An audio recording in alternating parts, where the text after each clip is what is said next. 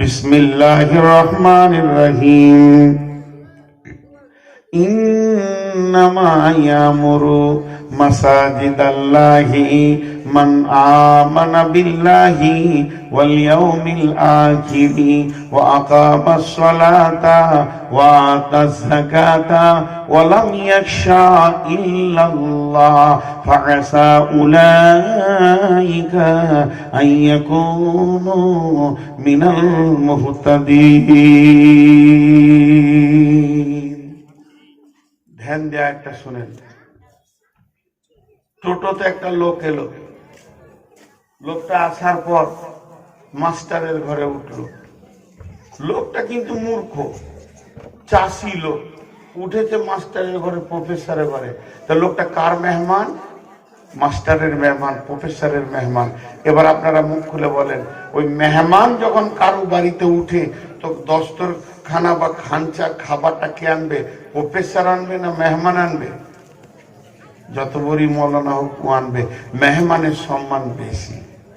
তাহলে এর ঘরে উঠলে মাস্টারের মেহমান, এর ঘরে উঠলে ডাক্তারের মেহমান, আর যে আল্লাহর ঘরে উঠবে সে আল্লাহর মেহমান।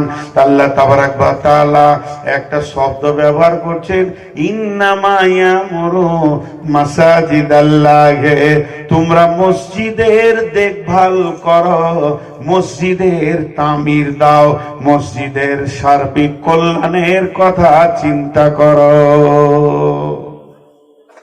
আরেকবার বলছি, মসজিদের সার্বিক কল্যাণের কথা চিন্তা করো, মসজিদের সার্বিক কল্যাণের কথা চিন্তা করো। এখন আপনারা একবার বলেন, মসজিদ ভাঙা গোনা না নাকি? একজন খালি বলেছে গোনা, আর বাকি লোকটা চুপ বসে আছে। হাজি ভাই, আমি একটা প্রশ্ন করছি, তার উত্তরটা তো কমসে কম দেন।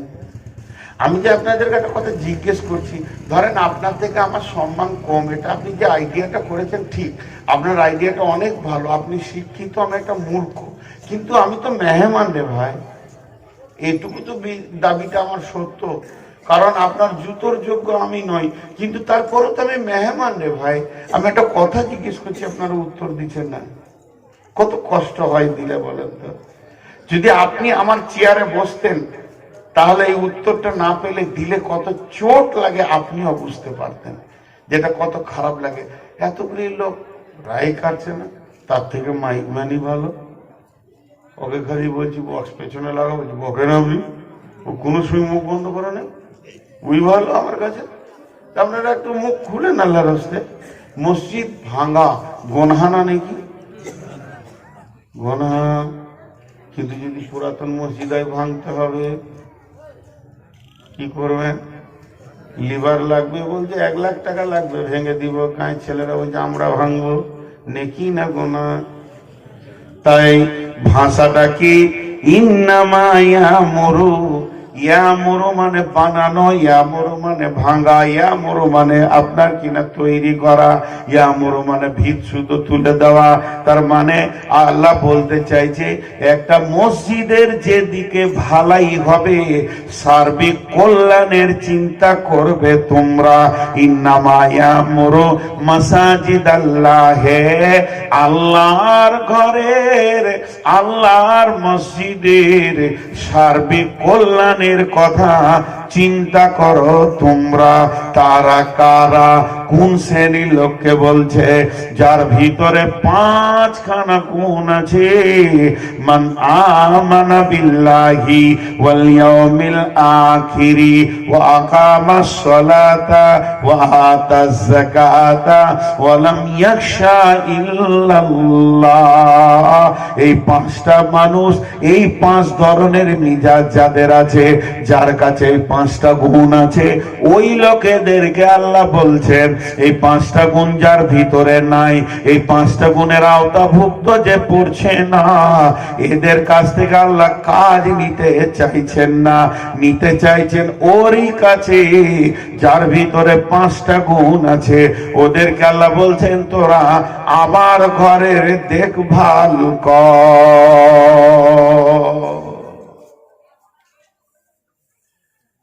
আমার ঘরের দেখভাল কর। এই 5 গুণের মানুষকে আল্লাহ বলছেন। জি, এবার এক দুই করে উঠছে। কমিটিকে মাঝে একটা ছোট্ট কথা বলিলি, এখানে শিকুস্তিতে আমার মনে হয় প্রোগ্রাম আছে না 3 তারিখে, এই যে এক দুই করে উঠছে, এখন যদি আপনাকে এই চেয়ারে বসানো হয় কলিজাটা ফেটে যাবে, কথা বলতে ভালো লাগবে না। অতএব হাত পা গুলো ধরে বলছি, জালসা 12টায় শেষ করার চিন্তা ভাবনা করলেন, প্রয়োজন আপনাদের পা গুলো জড়িয়ে ধরছি, 12টায় জালসা শেষ করার চিন্তা ভাবনা নেন। যে লোকগুলো উঠে যাচ্ছে এরা অন্যায় করেনি, এরা ঠিক করছে। কিন্তু কোন কমিটিকে বুঝিয়ে পারলাম না, 2 আর 2 4, কোন কমিটিকে বুঝিয়ে পারলাম না। আবার যখন ও জালসা শুনতে গেছে তখন আবার খুব ব্রেন দিয়ে কথা বলছে, হ্যাঁ লোক থাকবে না, আপনাকে 9টায় দেওয়া উচিত ছিল, 11টায় শেষ হলে ভালো হতো। আবার ও যখন কমিটি গিয়েছে, হ্যাঁ ভাই আমার টাইমটা কটা বলছে, 11:30 থেকে 12টা হতে পারে, 2টো পর্যন্ত চলবে। এই যে কেন যে এই বিকারটা পৃথিবীতে রয়েছে, শুধু এখানে নয়, আমি এই কমিটিকে বলছি না, বিশ্বের সমস্ত জালসা কমিটিকে বলছি 12টায় শেষ করেন। যতই দিনাজপুরে জালসা করে এখন 11টায় শেষ হচ্ছে। তো যাই হোক ভাই, আপনারা যারা যে কটা লোক বসে আছেন আর উঠিয়েন না। মানুষ যখন উঠে তখন বক্তার হৃদয়ে খুব চাপ হয়, এই জন্য কথাটা বললাম, আপনারা কেউ উঠবেন না। আল্লাহ বলছেন তোরা আমার মসজিদকে দেখভাল কর, আল্লাহ নিজে বলছেন আমার ঘরের দেখভাল তোরা করবি না তো কে করবে? সেই 5টা গুণ কি এবার হাতের দিকে তাকান। মান আমানা বিল্লাহি, আমার উপরে যার বিশ্বাস আছে, আমি কে, আমি কেমন, আমি কি করতে পারি, আমি কে, আমি কেমন, আমি কি করতে পারি, আমার ক্ষমতার উপরে যার বিশ্বাস আছে। দ্বিতীয় যে ওয়াল ইয়াউমিল আখিরি, এবং আমি তোদের সামনে একটা প্রতিনিয়তি তত্তর করে দিন নিয়ে আসি, সেটা হলো কিয়ামতের দিন। এইটার উপরে যার বিশ্বাস আছে, ওই দিনটার নাম হলো হিসাবের দিন। সে আমার মসজিদ বানাবে, মসজিদের হিসাব রাখবে, মসজিদে দান করবে। ও আকামাস সালাতা, যে লোকটা নামাজ কায়েম করবে, যে নামাজ পড়ে না, যে নামাজ পড়ে না, তোমাকে মসজিদের চিন্তা নিতে হবে না। ও বেনামাজি, তুমি মসজিদের চিন্তায় আসিও না, কারণ যারা সপ্তাহে একদিন নামাজ পড়ে, যারা সপ্তাহে জুমা পড়ে, এরা নামাজি নয়, এরা নামাজি নয়, এরা নামাজি নয়, এরা নামাজি নয়, এরা নামাজি নয়, এরা নামাজি নয়, এরা নামাজি নয়, এরা নামাজি নয়। যে লোকটা জুমাও পড়ে না, ওই লোকটা যেমন এই লোকটা তেমন, অর্থাৎ শুধু জুমা পড়নেওয়ালা নামাজি নয়, নামাজি নয়, নামাজি নয়, নামাজি নয়, কোন রকমই তাকে নামাজি বলা যাবে না। অতএব যে 5 ওয়াক্তে নামাজ পড়ে, ও আতা যাকাতা, মাল যদি বেশি হয়ে থাকে আর ওই লোক যদি যাকাত দেয়, এবং ওয়ালাম ইয়াখশা ইল্লাল্লাহ, আল্লাহ ছাড়া পৃথিবীর কাউকে ভয় করে না, কোন ডনকে মাস্তানকে ভয় করে না, শুধু ভয় করে তো আল্লাহকে করে, এই ব্যক্তিকে আমার রব বলছে তুমি আমার মসজিদের দায়িত্ব দেখাশোনার লাও।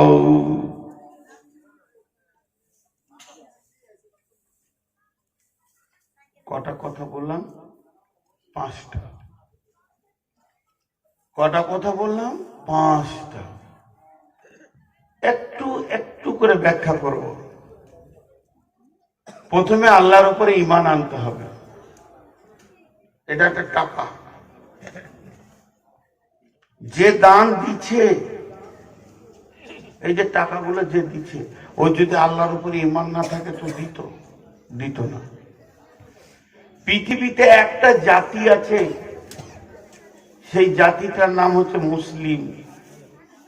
এরা কোটি কোটি কোটি কোটি ডলার দিয়ে বিরাট পৃথিবীর বুকে লাখো মাদ্রাসা চালাচ্ছে আর মসজিদ বানাচ্ছে, পৃথিবীর অন্য জাতি পারে না। জেনারেল এতটা পারবে না, এতগুলো স্কুল চালাতে পারবে না। দেখেন এই জাতির এত ক্ষমতা আছে, কিন্তু আমার আল্লাহ বলছেন আমার ঘর বানাবে তো তুমি ইমানদার হও। যটা লোক এখানে টাকা দিয়েছেন তাতে 1 টাকা হোক আর 100 টাকা হোক আর 1 লাখ টাকা হোক, ওর ভিতরে চাপা একটা নিয়ত লুকানো আছে। সেটা ঠিক না ভুল আপনারা একবার বলবেন জোরে। আমি এর বদলাটা আখেরাতে নেব, আমি এর বদলাটা আখেরাতে নিব। আছে না নাই? আর কথা বলেন না আপনারা? আছে। তাহলে এই চাপা 1 টাকাও যে দিচ্ছে সে আমি আল্লাহর কাছে নিব, 100 টাকাও যে দিচ্ছে সেও বলছে আমি আল্লাহর কাছে নিব, আর 1 লাখ টাকা যে দিচ্ছে 10-20 হাজার সেও বলছে আল্লাহর কাছে নিব। তাহলে এই সুন্দর তরিকাটা কারো কাছে নাই। ওই জন্য আল্লাহ বলছে যদি তোর ঈমান থাকে, আমার কাছে 20 লাখ টাকা আছে, আমি যাব বিদেশে বেড়াতে, চেন্নাই যাব চিকিৎসা করতে, 6 মাস আসবো না, ক্যাশটা দুবো কাকে, ক্যাশটা দুবো কাকে, ক্যাশটা দুবো কাকে, কার কাছে রেখে যাব? ছেলেদেরকে দিলে ভাগ করে নিবে, বড় কষ্ট করে জগিয়ে রেখেছি। তারপরে অনেক চিন্তা করে দেখলাম আমার এই চাচাতো ভাইটা বড় ইমানদার, আমি যদি অপারেশন করতে গিয়ে মারা যাই, হার্টের অপারেশন করতে গিয়েও যদি মারা যায়, আমার 3 নিয়ে আমার 1 নয়া মারা যাবে না, ওই টাকাটা ও আমার ছেলে ওয়ারিসদের হাতে দিয়ে দেবে। তাহলে যখন এই লোকটার উপর আমার বিশ্বাস হয়ে যাবে, গোপনে টাকাগুলো রাতে ব্যাগে করে নিয়ে গিয়ে বলবো ভাই 20 লাখ টাকাটা তুমি রেখে দাও, আমি চেন্নাইয়ে চলে গেলাম হার্টের অপারেশনের জন্য, যদি মারা যায় তাহলে তো ছেলেদের হাতে দিয়ে দিও, আর যদি বেঁচে থাকি তো ফিরে এসে নিব। তার মানে যেটা বলতে চাইছি, আগে লোকটাকে বিশ্বাস করব তারপরে তার হাতে টাকা দিব, না আগে টাকা দিয়ে দিব যে বিশ্বাস করব? আগে বিশ্বাস তারপরে টাকা। তা আমার আল্লাহ বলছেন যতজন আমাকে তোরা টাকা দিছিস, আগে আমাকে দৃঢ় বিশ্বাস কর, তোর 1 টাকা মরবে না, 1 টাকা নষ্ট হবে না, 1 টাকা জলঞ্জলিত চলে যাবে না, 1 টাকা ফালতু চলে যাবে না। এবার এটাকে আমি পকেটে ভরে নিলাম। আপনি দিয়েছেন মসজিদকে, নূর মোহাম্মদ, আমি মসজিদ সেক্রেটারি, পকেটে ভরে নিয়ে এইটাকে রাস্তায় যেতে যেতে জুয়া খেলে উড়িয়ে দিলাম। আমার মতো বেঈমান কেউ নাই, সুদে খেয়ে নিলাম, খাটিয়ে দিলাম, নোংরা করে দিলাম, কিন্তু আপনার 1 টাকা মরল না। কিয়ামতের মাঠে আপনি পেয়ে যাবেন, যেহেতু আপনি দানটা আল্লাহকে দিয়ে দিয়েছেন। এখন তো ATM, phone pay, Google pay, কত কি উঠেছে। এক যুগে ব্যাংকে এমনি করে গিয়ে স্লিপ দিয়ে ডিপোজিট করতে হতো, উইথড্র করতে হতো। তো আমি সেই যুগের মানুষ, মোবাইলের আগে থেকে, বক্তা মোবাইল আসার আগে থেকে, তো আমি ডালখোলাতে দাঁড়িয়ে আছি, পকেটে টাকা আছে। এখন তার ফোন পে নাই, কি করব? 10,000 টাকা ব্যাংকে ভরে দিই, এমনি করে ডিপোজিট লিখে এবার টাকাটা নেমে দাঁড়িয়ে আছি। এবার ক্যাশিয়ার বললো দাও, জানলাতে ভরে দিলাম, খাচ খাচ খাচ করে গুনে নিল, 2টা স্ট্যাম্প মেরে দিল, এমনি করে কম্পিউটারে লোড করে দিল, ফট করে অর্ধেক ছিঁড়ে ওখানে রেখে দিল, অর্ধেক আমাকে পকেটে দিয়ে দিল। আমি এমনি করে দেখছি যে অ্যাকাউন্ট নম্বর টম্বরগুলো সব ঠিক আছে কিনা। আমার পেছনে যে লোকটা দাঁড়িয়েছিল ও হিন্দু লোক, মানে হিন্দু, মানে এই জন্য বুঝতে পারছি যে ধুতি পরে আছে, ওই রকম চেহারা। ও আবার দিচ্ছে এমনি করে সিলিপ, ও টাকা নিবে 10,000। তারপরে দেখছি ওটা এমনি করে অ্যাকাউন্টটা দেখি স্ট্যাম্প মেরে দিয়ে অর্ধেক দিল, আমার টাকাটা দিয়ে দিলে। কত মিজাজ গরম হয়! মিজাজ গরম হওয়ার কি আছে? আমার বইয়ে লোড হয়ে গেছে, ওটা যাকে দিবে দেখবা, টেবিলে টাকা পড়ে গেছে, আপনার আমল নামাতে লোড হয়ে গেছে, মসজিদওয়ালা উড়িয়ে দেখবা। আল্লাহ বলছে তোর আমার উপরে বিশ্বাস আছে কিনা বল। বলে হ্যাঁ আছে। চলে যা, চোখ মুজে ঘর চলে যা। যে তারপরে দ্বিতীয় গুণ কি বলছে? বলিয়াও মিলাখিরি, তোর আখেরাতের বিশ্বাস আছে কিনা, তোর আখেরাতের বিশ্বাস আছে কিনা, তোর আখেরাতের বিশ্বাস আছে কিনা? হ্যাঁ আল্লাহ, আখেরাতের বিশ্বাস আছে। বলেন আমি যদি কালেকশন করি মাত্র 5 মিনিট করবো, হ্যাঁ তো 5 মিনিটে শেষ করে দেবো আমি। আর বলবেন না যে আর 1 ঘন্টা চালান। মাঝে কালেকশন আমি জীবনে করবো না, আমার বাপকে যদি লাখ টাকা দিতে করবো না। হ্যাঁ ওই খানিক আদায় করবো আর খানিক করে বকবো। এই বিষয়টা শেষ করতে দেন। আমি এখন কালেকশন করছি না, টাকার কথা বলছি, কিন্তু আমি তফসির করছি ওই আয়াতটা। আল্লাহ কি বলতে চাইছে? টাকাটা রাখেন, টাকাটা এখানে থাকলে বা ভালো মলবি ভরে নিব। পানি খায় একটু। হ্যাঁ, জিভটা আটকে গেছে ভাই, সুগার অনেক বেশি, খুব তাড়াতাড়ি মরে যাবো, দোয়া করেন। ওইটা করেন, ওই নামটা লিখে রাখেন। কিছু কমিটি আছে বুঝে না, যে দিয়ে দিয়েছে তো ওটা চুপ থাক, যে কোটা দেয় না ওটা কাকে নেই, ওটা তো খুলনার ভিতরের মুরগি, যখন তখন ওর অপারেশন হয় নাকি, যে দেয় না এটাকে নিয়ে চিন্তা করে, বুঝে না কমিটি কি বলবে। তো যাই হোক, এবার এখানে তফসিরটা দেখেন। একটা ঘটনা বলি আপনাদের সামনে। ঘটনাটা থেকে আপনার আখেরাত আর দান দুটোই বুঝে আসবে। একটা যুবক এসে আল্লাহ রসুলের কাছে হাজির, দিয়ে বলছে, রাসূলুল্লাহ, আমি আমার ছেলে মেয়ে বউ নিয়ে দুদিন খেতে পাইনি, খুব ক্ষুধার যাতনায় কোনো কাজও পাইনি, আপনার কাছে এসেছি, যদি বাইতুল মালে কিছু থাকে তো দেন। তো আল্লাহ রসুল বলছে, সোনামানি, বাইতুল মালে একটা খেজুরও নাই, কি দেবো সোনা তোমাকে, তোমার কচিকা খেতে পাইনি ছেলেরা। আমি একটা কথা বলছি, আমার কথাটা শোনো, আমার জায়ের বাড়ি চলে যাবে। মানে ওসমান গানি ধনী মানুষ ছিল, যাও আমার জামাই কিছু দেবে, আমার কথা বলো কাজে তোমার আপনার শ্বশুর পাঠাইল। চলে গেল টুকটুক করে। সুবহানাল্লাহ, যেখানে বাঘের ভয় ওইখানেই সন্ধ্যা হয়। ওই ঘরের দরজায় ধাক্কা দিবে, হাত তুলেছে, আর ভিতরে চলছে হুঙ্কার। কিসের হুঙ্কার চলছে? যে হযরতে ওসমান রসুলের জামাই রসুলের বেটিকে বকছে। কি বকছে? ওই তোর হুঁশ নাই, জ্ঞান নাই, মোটা বুদ্ধি মেয়ে, অচল মেয়ে, দুটো চেরাক জ্বালিয়ে দিলে, দুইখানে চেরাক কেন তুমি জ্বাললে? একটা চেরাক জ্বাললেই তো যথেষ্ট হয়ে যায়, দুইটা প্রদীপ জ্বালে দিয়েছো, দুইটা প্রদীপ জ্বালার কি প্রয়োজন আছে? একটা প্রদীপই যথেষ্ট, দুটা প্রদীপকে জ্বালে দিয়ে ফজল খরচা করছে। হাজি, সেই যুগে কারেন্টের বিল ছিল না, মাটির পাত্রে চর্বি দিয়ে পুরাতন কাপড়ের পোলতে করে, যেটা চেরাক বলতেন 20 বছর আগে, এখন প্রদীপ ভালোবাসা, সেই প্রদীপের আলো, দুটো প্রদীপ জ্বেলে দিয়েছে। আবার মেয়েটাকে রসুলের বেটি কুলসুম, উম্মে কুলসুম, জানা মেনা ঘরের বেটি লয়। আর এত সে গলা মোটা করে বকছে, ঘাও ঘাও করে বকছে, তখন আর ডাকা বাদ দিয়ে সুর করে পালিয়ে এসছে। এই লোক দান করবে? হিসাব মিলছে, অঙ্কতে মিলছে, দান করবে না। নবীজির কাছে যখন এলো, নবীজি বলছে, দেখি তোমার গামছাটা কি দিয়েছে ওসমান।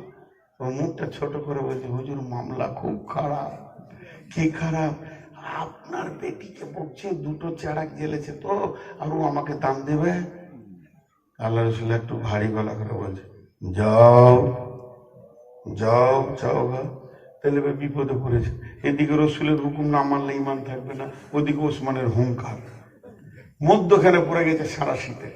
তো দেখছে যে হুঙ্কার দেখ, রসুলের হুকুমটা রাখি। দরজায় গিয়ে ধাক্কা দিয়েছে। হযরত ওসমান বলছেন, কে? ই বলছে, আসসালামু আলাইকুম। ওয়ালাইকুম সালাম। যে দরজা খুলেছে, কি ভাই?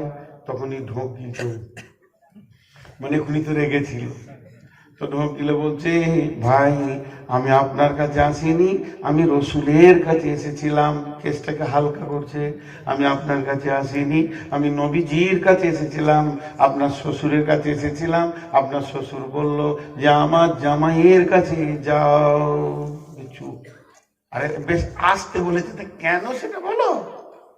আমি খুব অভাবে পড়েছি। দাঁড়াও। বাড়ির ভিতরে গেল, টুকরি করে মাল নিয়ে আসলো। এইটুকু নয়, হাতে করে নয়, এমনি করে নয়, এইটুকু নয়, টুকরি করে মাল নিয়ে এসে একবার দিল, দুইবার দিল, তিনবার দিল। আর যেই তিনবার দেওয়া হয়ে গেছে, ফকিরটা বলছে, বাস বাস বাস বাস বাস। ফকিরও কেমন ছিল, যে আমার একদিনের হয়ে গেছে, ছেলে মেয়ে নেই, বাস। আর এখনকার ফকিররা ভিক্ষাও করে, আবার ব্যাংকে সুদে জমাও করে, দুদিকে করে, করে না? আর আমি কথা ভুল বললাম? যে যুগে প্রতি সপ্তাহে বিপিএল এ 7 কেজি চাল পায়, আর মানে এই চিকিৎসার কার্ড আছে যার স্বাস্থ্যসাথী, তার আর ভিক্ষা করার কি দরকার আছে? কিন্তু এই বলে বাস বাস দিয়ে মালটা নেওয়া হয়ে গেল। এবার মালটাকে এরকম করে নিয়ে পুঁটলাটাকে আস্তে আস্তে এরকম করে গুটিয়ে পুঁটলাটাকে নিয়ে এরকম করে ধরে আছে। বলছে, ও নবীর জামাই, আপনাকে একটা